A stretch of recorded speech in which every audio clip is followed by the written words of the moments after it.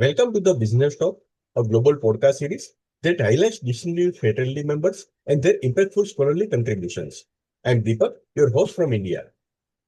We are truly honored to welcome Dr. C.B. Bhattacharya, the H.J. Zoffer Chair in Sustainability and Ethics at the University of Pittsburgh's Katz Business School, as one of the world's foremost authority and voices on corporate sustainability to Business Talk today.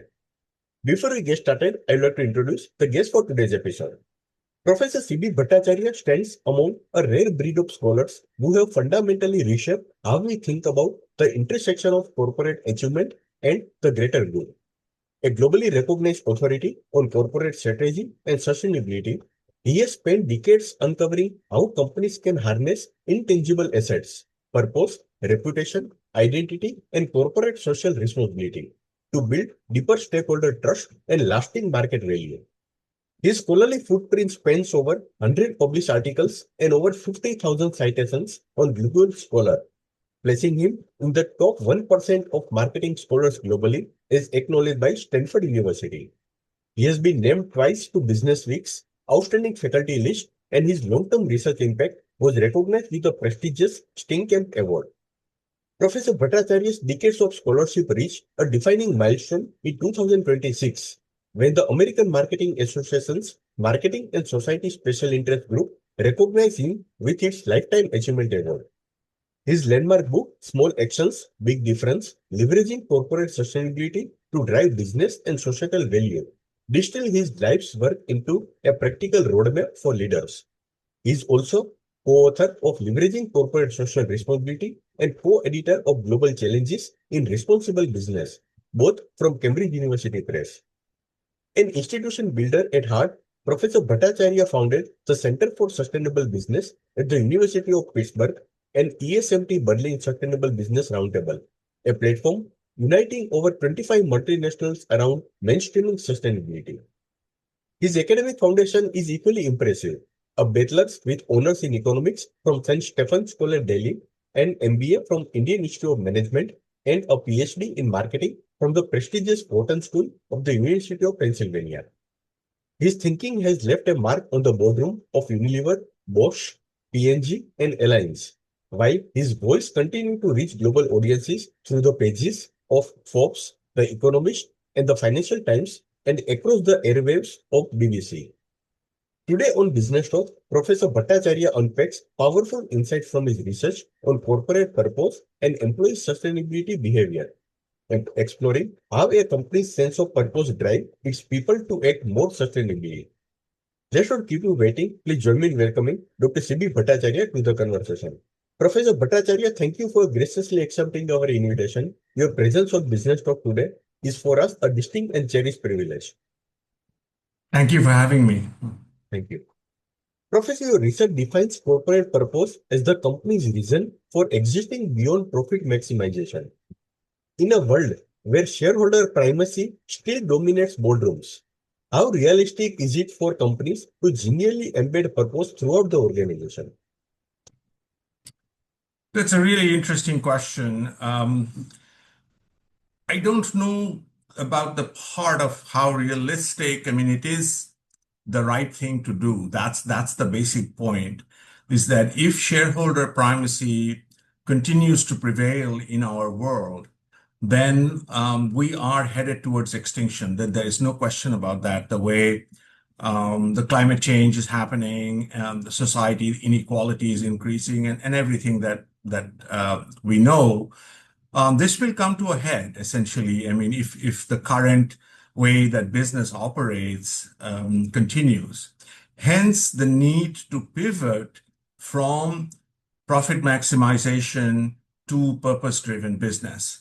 And just because it is not realistic today, or just because fewer companies are adopting these practices compared to the other heavier mass of companies who continue to do profit maximization, doesn't mean that we should not try to convince the mass of companies.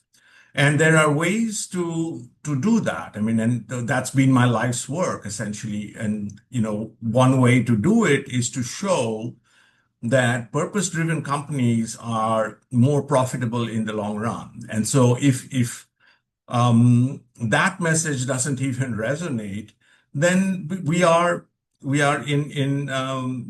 deep in a deep problem. So I would encourage everyone who works in this area and every company who's listening to better understand the idea and the concept of a purpose-driven business. So there is a difference between the right thing to do and doing things right.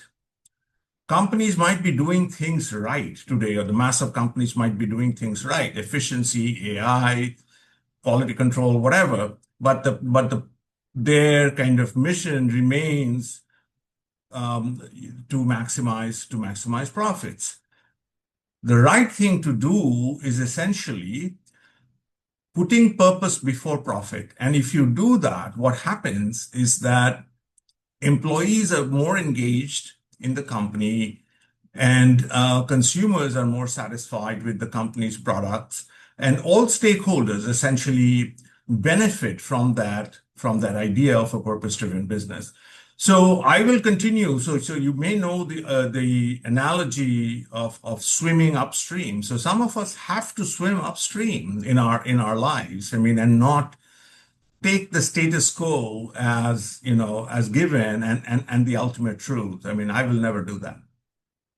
Because many leaders confuse purpose with mission, vision, or CSR. How do you draw the line? And why does that distinction matter when it comes to actually changing employee behavior? Another great question. I think the distinction really matters a lot. And let me just say what the differences are. So mission is kind of, who are we? Vision is who do we want to be? And purpose is why do we do what we do? What is the value that we provide society? So your mission might be to produce high quality cars. Your vision might be to be the number one car maker in the world. But why do we make cars in the first place? We make cars to provide mobility to individuals from point A to point B. Now, that does not necessarily mean car ownership. It can also mean car sharing. It can also mean investing in public transportation.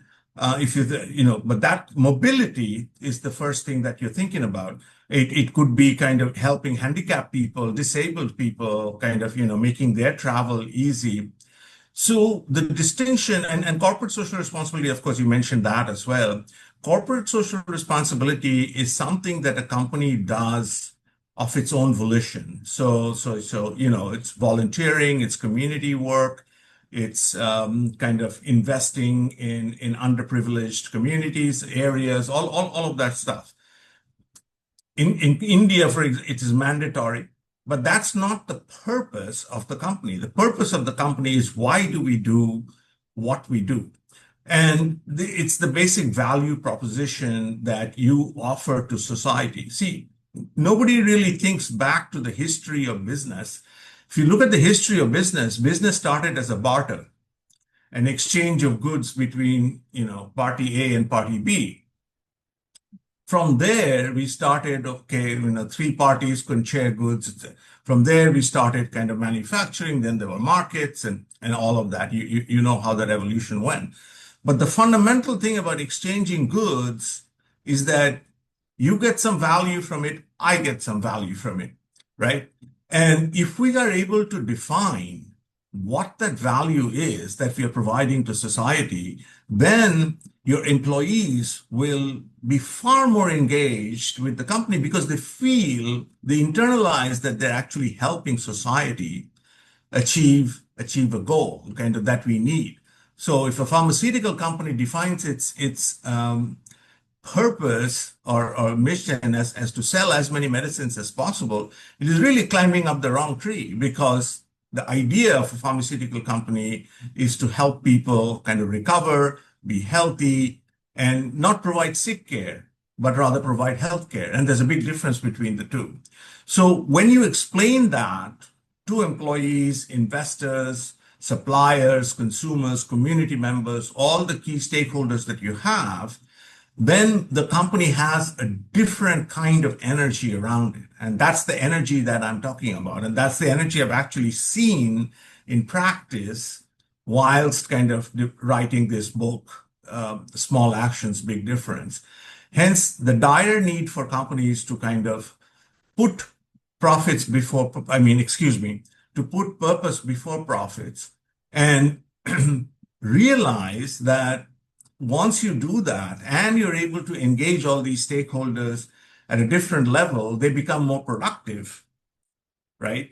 And the company thrives, is more healthy and has a bigger chance of sustaining any kind of long run headwinds that might come our way. Professor, you introduced the concept of sustainability ownership, employees feeling that sustainability in theirs. Can you walk us through how a company stated purpose triggers that psychological shift in employees' mind? Sure. Yeah.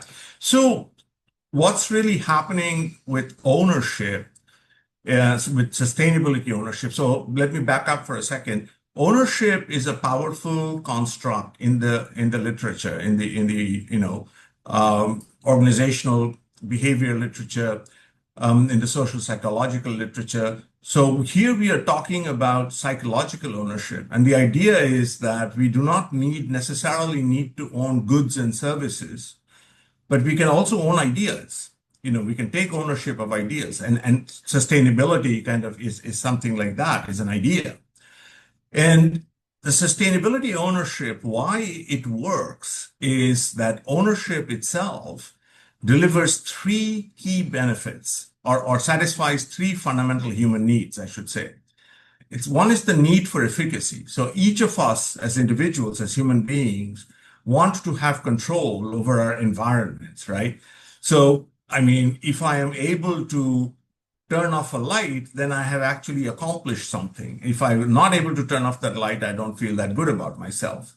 If I'm able to start a car on a cold day, then I feel good about myself. The other alternative is not as great, right?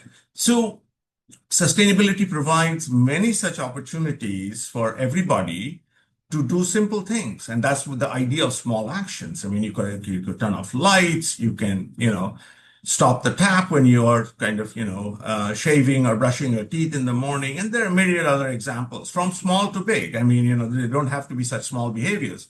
There can be big behaviors like innovating how to figure out to suck carbon out of the air. That's very, very welcome as well. But the idea is that when you're able to do something about the problem, then you feel that sense of efficacy that, yes, I have control over my environment. And sustainability offers many such opportunities for people. The second motivation or drive that sustainability ownership helps fulfill is the need for identity. So currently, there is a great lack of job meaning, right? So employees are living from paycheck to paycheck, and they just don't know why they're doing what they're doing. When you offer them the chance to do something meaningful, right? So, okay, so let's go back to the mobility example. So whatever we are doing in our company, we are actually helping people move from point A to point B. And I work for such a company. That's the thing. I work for this company. So that becomes part of your identity, that becomes part of your social identity. And that's a very, very strong kind of lever to drive employee behaviors. And the third need or motivation that sustainability ownership provides is the need for belongingness. See, we are a social animal. Man is a social animal. We live in communities, we live in families. And so if we are able to do something for a family, so if I work in a company and someone tells me that whatever you're doing in this realm is actually going to help your children, is actually going to help your community. Now that's something that I internalize, I understand. And that in turn drives my behavior. So taking these three efficacy, identity, and belongingness needs and fulfilling them through sustainability initiatives, that's what in turn first encourages employees to take ownership. They have to assume that ownership that, yeah, this is my problem as much as anybody else's problem. This is not someone else's problem anymore. I'm as much a part of it as the next person. And when you take that ownership, then you're motivated to essentially look for ways to change the current system. That, in a nutshell, is how ownership works. Professor, your four studies covered over 1,600 employees across industries and countries, including Indian construction workers. Were there any findings that genuinely surprised you or that contradicted what you initially expected? That's a great question. Let me back up a little bit. Let me tell you that this paper that you're drawing from for the podcast, Corporate Purpose and Employee Sustainability Behaviors, was written after I published the book Small Actions, Big Difference. So in writing this paper, while we wrote the paper, we pretty much had an idea of how the model works, right? And because I had done all these interviews and developed the conceptual framework in the book. So the surprises really came more in the book than in the paper. And the biggest surprise was that not every company that claims to be sustainable is truly so. So there's a big difference between walking that talk and just keeping it at talking that talk, So I have visited companies, for example, where down the employee chain, from the CEO to the factory worker, everyone has a clear understanding of what the purpose of the company is, and everybody is a sustainability champion. Everybody is doing their part to make the company more sustainable. In contrast, I have visited companies where when I walk into the CEO's office, I hear lots of good things about what the company is doing and the awards it's receiving and all of that kind of stuff. But then when you kind of go into the belly of the organization and talk to middle management and so on, you realize that there is confusion. There is no shared understanding of purpose or even what sustainability means to the company. So ultimately, that company is not the kind of company we want to be, or that's not what I'm advocating. I'm advocating for this shared understanding of purpose, which actually can only come if that purpose that we talked about earlier is cascaded through the company and not just through talk, but you can employ sustainability champions. See, in any company, 20% of the workforce is already primed to work on sustainability. The younger people, right? The Gen Zs and so on and so forth. So you can use them as champions to spread the word to the others and kind of explain to them, why it's important, all those things that we talked about, the needs that sustainability fulfills, etc., the purpose of the company. So you got to touch people, right, at various points, kind of all through the employee chain. And why do I keep saying employees? Because only if we are able to endow a sense of purpose to the employees are we going to be able to do the same for customers and suppliers and so on. Employees are are our ambassadors kind of to the world, if you want to say it that way. So many companies, essentially, so the surprise to me was that many companies that claim to be sustainable are actually not, And that's the first story that if you read my book, you will see, so that's the first story. And I learned that from a very, very large financial services company and many others subsequently as well. And therefore, the need to go in depth into the company and not just talk to the top people. The top people will always kind of, give platitudes about how the company, is such a great company. And these are all Fortune 500 companies that we're talking about, maybe even Fortune 100. But when you start kind of going into middle management, when you start going into the field, when you start going into the factories and start interviewing people, you realize that what you learned from the top has not kind of gone through to the bottom. To me, that was kind of the biggest surprise, I would say. In terms of the paper, there was nothing really contradictory, but the interesting finding, I would say, is that we empirically established that those employees who perceive a higher purpose, that their company has a higher purpose beyond profit maximization, right? They take more ownership of sustainability, right? And they exhibit more sustainable behaviors compared to those employees who do not perceive that higher purpose. In any company, I mean, everybody will not have the same perception. That's why we have scales to measure kind of, what is your perception of the purpose of your company. And this link, if you look at the paper, this link between purpose and ownership and then sustainability behaviors is a very, very clear and I think a very strong signal to the market, to companies that, hey, if you want to be more sustainable as a company, kind of, go the purpose-driven route. Professor found that nearly 47%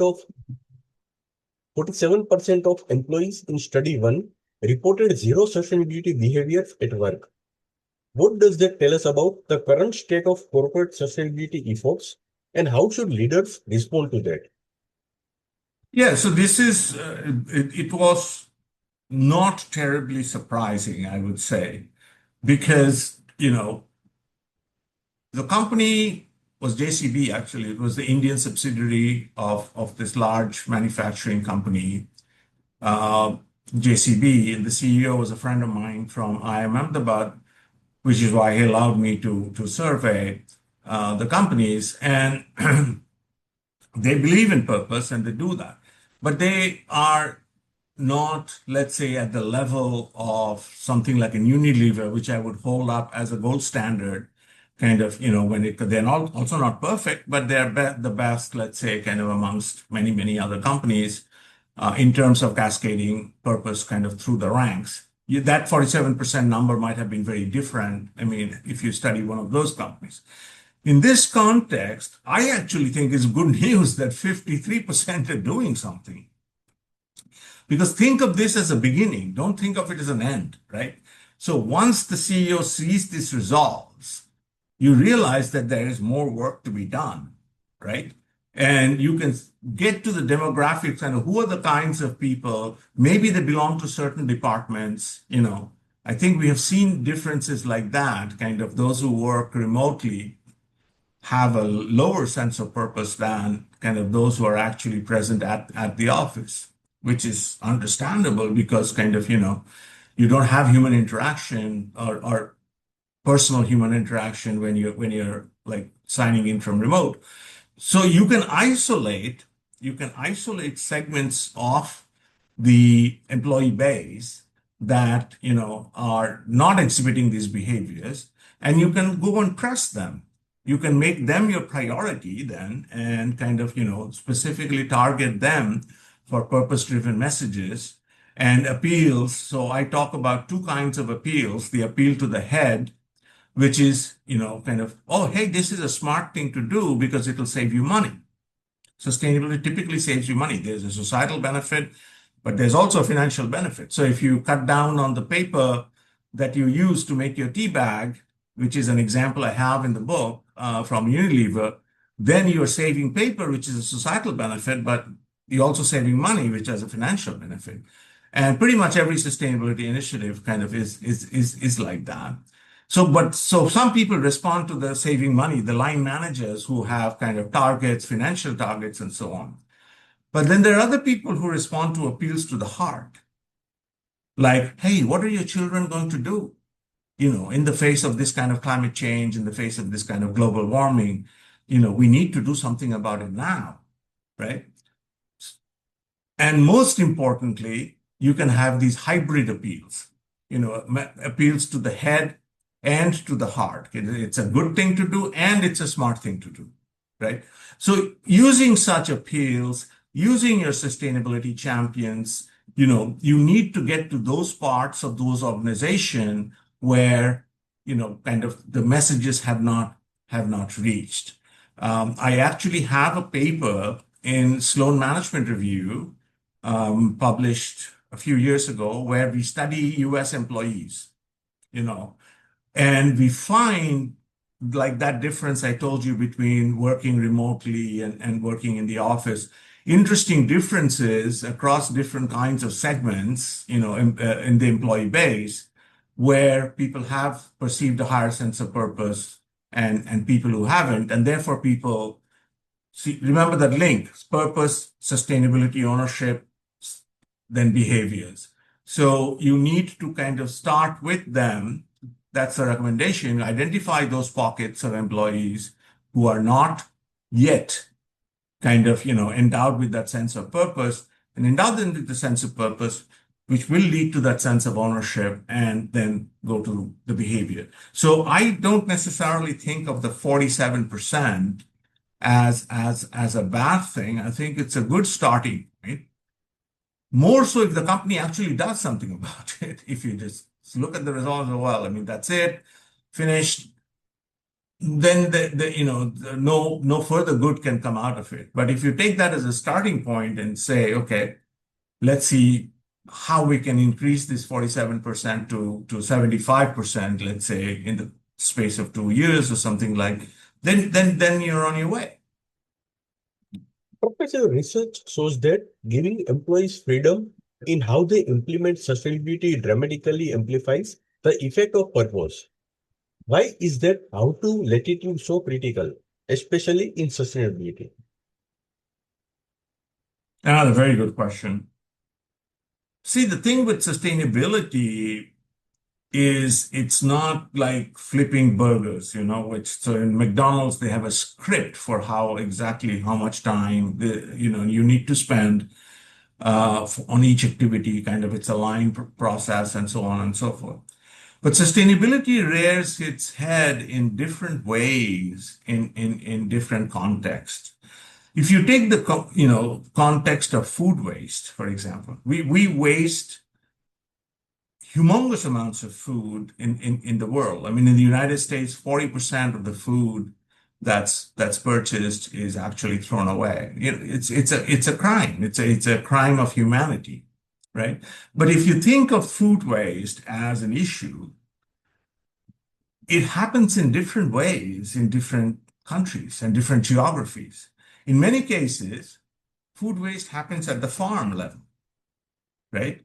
So, tomatoes are not picked up on time, they're not harvested. 25%, I think, of all tomatoes that are harvested are actually wasted, at the farm level. In another context, like I talked about the US, the food waste happens at the table. You buy too much, the portion sizes are much bigger, and so on and so forth. So it's not a one size fits all. So sustainability is not a one size kind of fits all. And you cannot script it kind of, in that fine detail everywhere. Because if you constrain the person, that person kind of, will only stick to that tunnel vision and not use their creativity, which is what we are trying to do essentially in getting them to act essentially. And we have seen this kind of in many different contexts, that giving that autonomy to people, autonomy is related to ownership. Autonomy endows that sense of ownership. So we call that what's a moderator or amplifier, essentially, kind of that works in conjunction with purpose to drive that sense of ownership, right? So when you have that sense of autonomy, when you see something, you do something.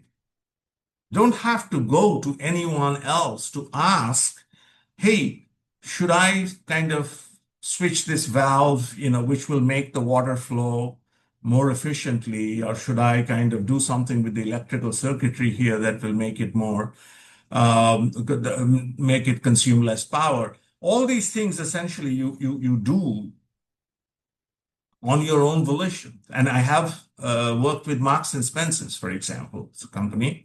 And I learned from Marks and Spencer, the chief sustainability officer at the time. He told me that, and Marks and Spencer has about 100,000 employees. They said, the reason we have made progress in sustainability, that the employees in different parts of the company have been empowered to do things themselves in sustainability rather than coming to me to ask for permission before they do something. You see what I'm saying? If 100,000 people comes to the chief sustainability officer and says, boss, should I do this? Should I do that? You will not make progress. Instead, if they have that autonomy and have that sense that the company is not going to punish them for doing something, they have that sense of psychological safety, then they will be much quicker to act on these different kinds of issues, which is why I think autonomy is really critical in making progress. Professor, you introduced the concept of moral identity centrality. Employees for whom being a good person is core to their identity. How can companies practically engage employees who don't score high on this trait, since sustainability ultimately needs everyone on board? Great question again. But if the reason, I guess it's easy or straightforward to answer or understand as to why, if you're high on moral identity, you will be more driven to act sustainably. That's kind of straightforward. And we see that in the result. But what's the point of kind of studying moral identity of the employees? It goes back to the same thing when I was talking about the segmentation of the employee base and trying to do different things. And once I'm able to identify the characteristics of those who are lower in moral identity, there can be facilitation, learning sessions, workshops, town halls, this, that, to essentially explain to them the importance of this, of engaging in these sustainability activities. And maybe you are not going to make them a more moral person, but maybe you will move the needle enough for them to kind of act, kind of in a sustainable way. So it's one way, if you want to study moral identity, centrality, then that's one way again of figuring out where are those pockets in the organization, what kind of people essentially are lacking kind of in this important trait, and working on them, psychologically to help explain kind of what the importance of this is. All of this is hard work, by the way. So none of this is easy. And therefore, a company has to kind of, have their mind. They truly want to be sustainable, to actualize the best kind of behaviors possible and to make the most possible progress. Professor, you argue that purpose is an ethical North Star, broader and more inspiring than rules or compliance frameworks. If your consulting work with companies like Unilever, Bosch, and P&G, what separates organizations that get this right from those that don't? Leadership is the number one answer. So these leaders of these companies lead by example. So Unilever CEO at the time, Paul Pullman, told me that, they don't listen to what I say, they observe what I do, right? So you have to act and showcase to the employee base that, and or to the customer base later on and so on, but you have to lead by example. And you have to create culture. So it's a recipe, right? So maybe you heard this phrase, culture eats strategy for breakfast. And it's a very, very true. So sustainability culture, organizational culture is a very, very important thing. I have walked into organizations where within, 5 minutes, I can see how the employees are energized. So you will see tickers going across kind of the lobby of the company that says kind of, we have saved so much carbon. Employees get pop-ups on their laptops that tell them about the progress that they have made on sustainability. They have rewards for employees who have gone out of the way to achieve sustainability targets and so on. So there is this big kind of, what shall I say, an environment. There is an environment that is created where everybody feels positively about sustainability and engages in it. And then there are companies you can walk into where you don't get that sense. I mean, you just feel that something is lacking. So I would say three things. First, leadership by example. The second is leadership working kind of very hard on the culture, and the third thing is executing that culture, which is different from just kind of, talking about it or creating it and so on. You have to drive that culture kind of through the organization. If you're able to do that, then you're you're well on the way to being a sustainable company. Professor, your research suggests that firms should set specific sustainability targets but leave the how to individual business units or geographies. How do leaders balance their decentralization with maintaining consistency and accountability across a global organization? The same way that companies kind of, want to achieve their other goals. I mean, how do companies that have, hundreds of thousands of employees, I mean, how is it that they're ultimately coming out on top, right? So in sustainability, what I have observed is that the leader, the CEO, the commander in chief, appoints people around him or her who are driven, who also believe in sustainability, passionate about sustainability. Okay. So the head of supply chain, the head of marketing, the head of finance, the head of operations, if all of these people are kind of on board with the sustainability mission of the company, then they are the ones who are carrying their messages across the world and across the geographies. So similarly, the next chain of command is kind of the area heads of the companies, right? So you have a India head, a UK head, regional heads, Asia head, different kinds of regions. So that's the next kind of layer where you want to kind of infect them with the sustainability bug, as I call it, kind of, you got to get them on board. So it's the process of getting people onboarding leadership at various levels. And that leadership, kind of regional, branch manager, whatever it is, whatever level it is, it's up to that person to kind of cascade it into that geography or department or whatever you call it, to the rank and file, as I call it, of the organization. And that's ultimately how things happen. So a quick example, I visited a town called Khamgaon in Maharashtra. It's 8 hours away from Mumbai. Take an overnight train, right? It was a day which was hotter than today in Kolkata, where I'm sitting, and I visited the factory, and the employees of that factory were very proud to show me that they had figured out a way how to harvest rainwater and use the rainwater in their manufacturing because it's a drought-prone area, right?